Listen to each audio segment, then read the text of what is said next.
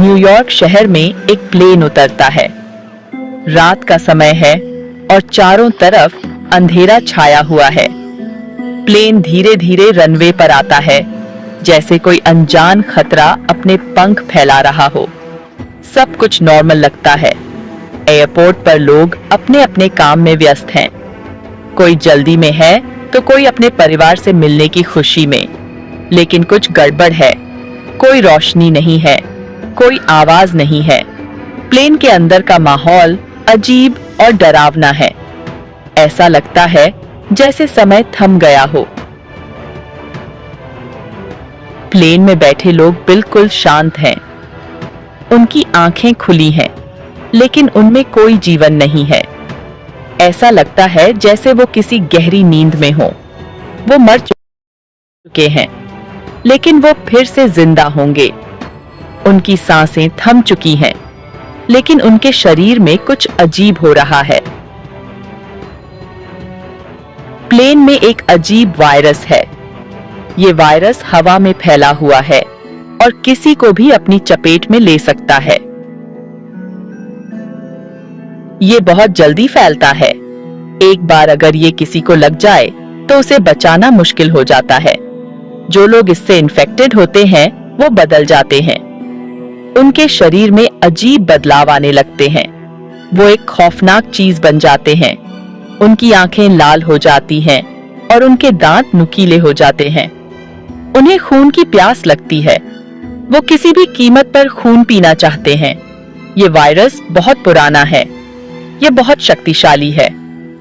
सदियों से ये वायरस छुपा हुआ था, लेकिन अब ये फिर से जाग उठा है। ये लोगों को वैम्पायर बना देता है। एक बार अगर कोई इससे संक्रमित हो जाए तो उसका इंसान बने रहना मुश्किल हो जाता है। ये कहानियों वाले वैम्पायर नहीं हैं। ये राक्षस हैं।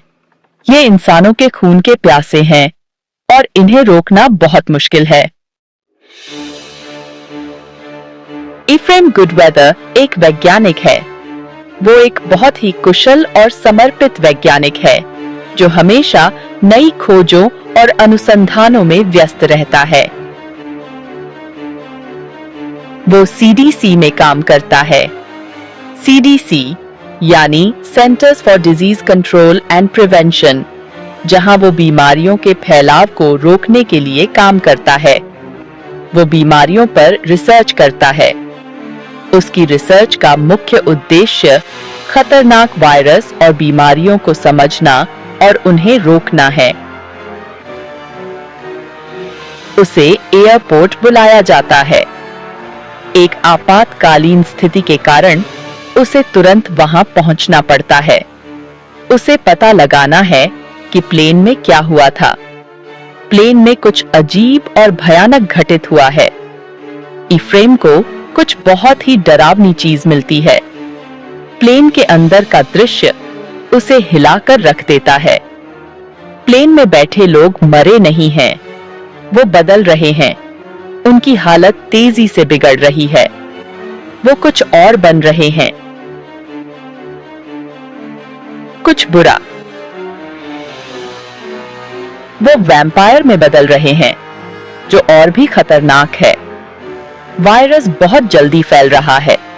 ये वायरस हवा में फैलता है और बहुत तेजी से लोगों को संक्रमित कर रहा है। ये लोगों को काटने से फैलता है या उनके खून से। संक्रमित व्यक्ति के खून से संपर्क में आने पर भी ये फैल सकता है। इन्फेक्टेड लोग वैम्पायर बन जाते हैं। ये वैम्पायर बहुत ही खतरनाक और निर्दयी होते हैं। उन्हें खून की भूख लगती है। वो इंसानों पर हमला करते हैं और उन्हें भी वैम्पायर बना देते हैं। वायरस न्यूयॉर्क शहर में फैल जाता है। लोग बीमार होने लगते हैं। वो वैम्पायर में बदल जाते हैं। शहर में हाहाकार मच जाता है। लोग डरे हुए हैं। वैम्पायर हर जगह हैं। वो अंधेरे में छुपे रहते हैं। वो इंसानों का शिकार करते हैं। उन्हें जिंदा रहने के लिए खून चाहिए। सरकार इस बीमारी को रोकने की कोशिश करती है, लेकिन वायरस बहुत तेज है। ये बहुत जल्दी फैलता है। न्यूयॉर्क हार चुका है।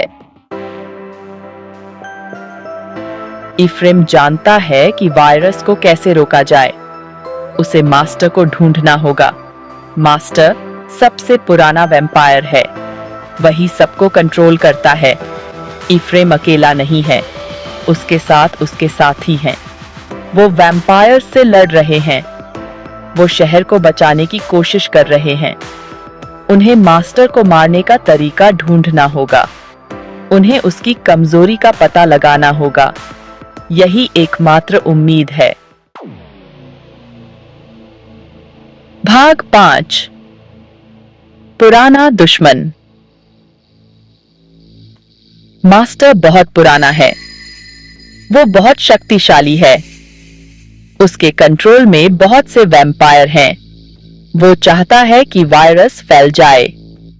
मास्टर का एक प्लान है। वो चाहता है कि सब वैम्पायर बन जाएं। वो दुनिया पर राज करना चाहता है। वो अपने वैम्पायर्स को हमला करने भेजता है। वो हर जगह हैं। वो बेरहम हैं। वो भूखे हैं। भाग 6। बंटा हुआ शहर। न्यूयॉर्क शहर एक युद्ध का मैदान बन गया है। इंसान वैम्पायर से लड़ रहे हैं। सड़कें खतरनाक हैं, कहीं भी सुरक्षित नहीं है। कुछ लोग ऐसे हैं जिन पर वायरस असर नहीं करता। वो लड़ाई में शामिल हो जाते हैं। वो अपने शहर को बचाना चाहते हैं। वो मानवता को बचाना चाहते हैं।